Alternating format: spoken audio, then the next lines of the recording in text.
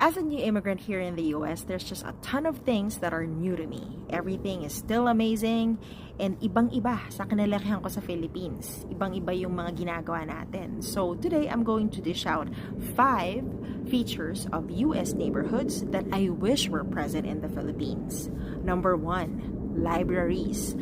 Kada township dito, may kanya-kanyang libraries and it's free and pwede kang mag-sign up as long as you're a resident. O diba, okay?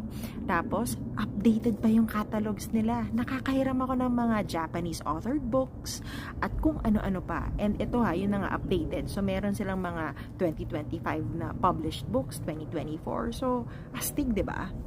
Number 2, you won't find any stray dogs in the neighborhoods or loitering dogs. Ibang-iba na naman sa Philippines. Dito kasi pinagbabawal yon at saka ang baba ng cases ng rabies dito. As opposed to Philippines na ang taas, 'di ba? Tapos sa Philippines pa naalala ko noon, talagang nagdadala ako ng parang pamalo kasi natatakot ako sa aso. Ganyan. Okay? Number 3. Ano ba? Ito. You could easily mail stuff here. Ang galing ng mailing system nila. Kasi, halimbawa, gusto mong magpadala ng letter from another state. I'm just talking about within the US, ha? You can just easily leave that letter that you want to mail in your mailbox. And then the next day, pipick upin na siya ng mailman. Ganun siya ka-efficient dito. Sa Philippines kasi, di ba, parang, ewan ko, parang ang hirap magpadala ng sulat doon. Tapos hindi mo pala kung makakarating. O, yun. So, number 4. Trails and forest preserves.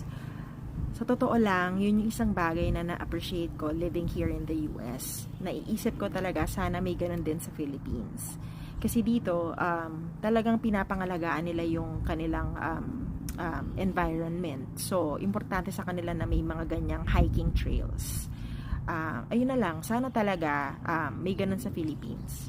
Dito mataas ang bayad sa taxes. So, at least nakikita namin na doon napupunta yung mga binabayad namin. And number 5, walang chismosang marites. Charot! Kasi dito, talagang kanya-kanya sila. And as much as possible, they really mind their own business.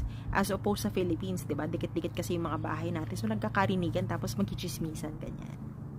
Anyway, to be fair, I will also release a video about 5 things na talaga namang makikita mo lang sa Philippines and walang-wala sa Amerika. Para naman patas, diba? Anyway, for more tips about how to adjust as a new immigrant here in the US, follow me at the Pinay Exchange.